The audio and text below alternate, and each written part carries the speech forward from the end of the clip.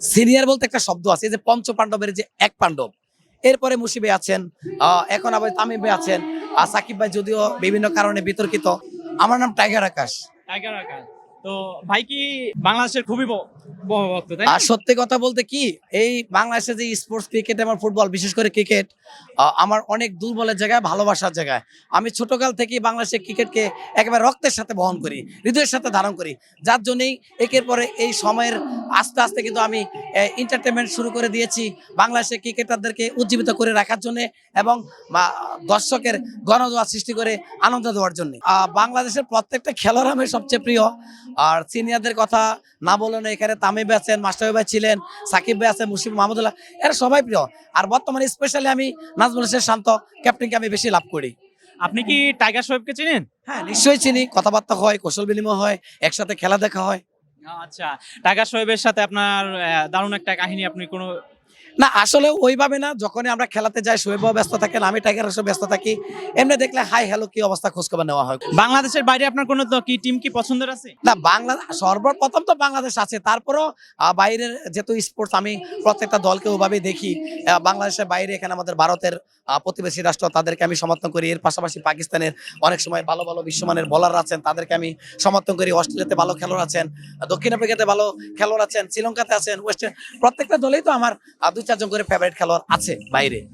তো আপনি কি প্রত্যাশা করেন যে বাংলাদেশ, আমাদের টাইগাররা চ্যাম্পিয়ন্স ট্রফি তাদের ঘরে নিয়ে আসতে পারবে? একদম, একেবারে আপনি মূল্যবান যথার্থ কথা তুলে ধরেছেন। আমরা সবাই জানি এই চ্যাম্পিয়ন ট্রফি বিশেষ করে 2025-এ পাকিস্তানের মাটিতে হবে। একদম আমাদের কাছের ভারত যেমন প্রতিবেশী, পাকিস্তান আমাদের প্রতিবেশী। সেই কিছুদিন আগেই পাকিস্তানের মাটিতে পাকিস্তানকে আমরা কিন্তু নাস্তানাবুদ করেছি, হোয়াট ওয়াশ করে কিন্তু আমরা শিরোপা জয়লাভ করেছি। এটা না পারা কিছু না। অবশ্যই আমি টাইগার আকাশটা 18 কোটি বাঙালি মনে করে এই ট্রফি আবারও পুনরায় বাংলার মাটিতে ফিরে আসবে ভালো খেলে, ইনশাল্লাহ।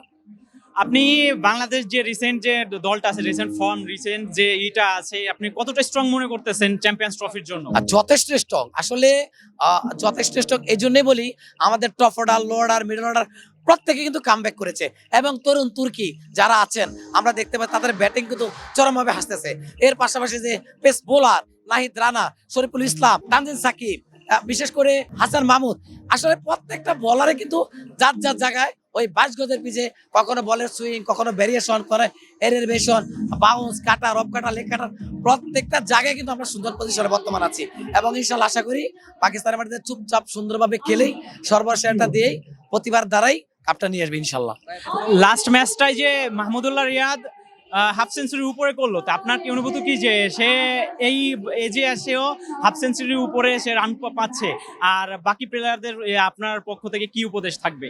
আসলে সিনিয়র বলতে একটা শব্দ আছে, এই যে পঞ্চ পাণ্ডবের যে এক পাণ্ডব, এরপরে মুশিবে আছেন, এখন আবার তামিম ভাই আছেন, আর সাকিব ভাই যদিও বিভিন্ন কারণে বিতর্কিত। তারপরে স্পোর্টসের নিষ্পাপ, সেটা আমার জায়গা থেকে ভালোবাসার জায়গা। আসলে এখানে মাহমুদুল্লাহ ভাই তার নিজের সর্বস্বটা দিয়ে এই যে সিনিয়রের যে একটা দায়িত্ব, সেটা কিন্তু বারবার তিনি লাগাম টেনে ধরেন।